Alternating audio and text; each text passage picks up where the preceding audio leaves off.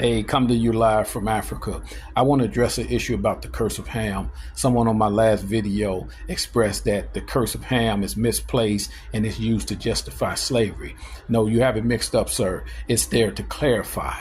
The curse of Ham did happen. You can't undo the slave trade like the devil has been trying to do. He's been trying to hide it. He have left it out of the popular version of Christianity, which is in great error. And God wants the world to know not only what happened, but he wants the world to know why. Because in dealing with the why, that's when we begin to humble ourselves and face God for ourselves. He's going to deal with the Gentiles for their role, so it don't justify anything. The whole Bible revolves around those that was taken in the slave trade. Canaan is the biggest mystery of the Bible, and Noah, he pronounced judgment on Canaan, even though it was towards Ham, his dad. Why he picked Canaan? Because Canaan was the youngest of the four brothers. Just like throughout the law, they used the youngest lamb, and that was the greatest sacrifice. So Canaan was chosen for that purpose, no other reason.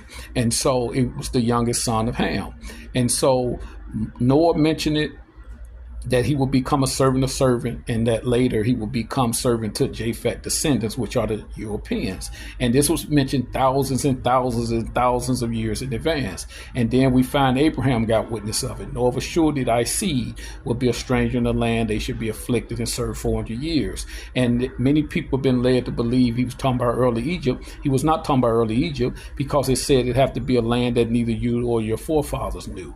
And Abraham, Isaac, and Jacob had been in Egypt prior to them going into bondage. So he was talking about the future Egypt, the second Egypt that many of you never heard about, that's found in Jeremiah, the 16th chapter. He's talking about those that was taken in the slave trade was going to go to Egypt again.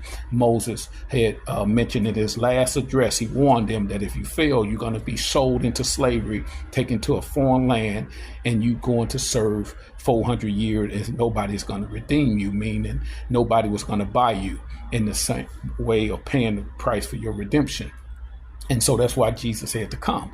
And so, no, sir, it does not justify. It clarifies all the prophets, hundreds and hundreds of scriptures God have showed me. The whole Bible revolves around the transatlantic slave trade. All the prophets spoke of it. Abraham, Noah, Moses. We had Daniel. We had Jeremiah. We had Ezekiel, dry bones. We had all the prophets that spoke of this. And Jesus justified in Luke 21:24 and saying they should fall by the edge of the sword and they should be taken captive into all nations, to clarify that all that they were saying was true. So you can't undo the slave trade. It's the greatest atrocity in human history. So we have the receipts and we have the knowledge of God about it.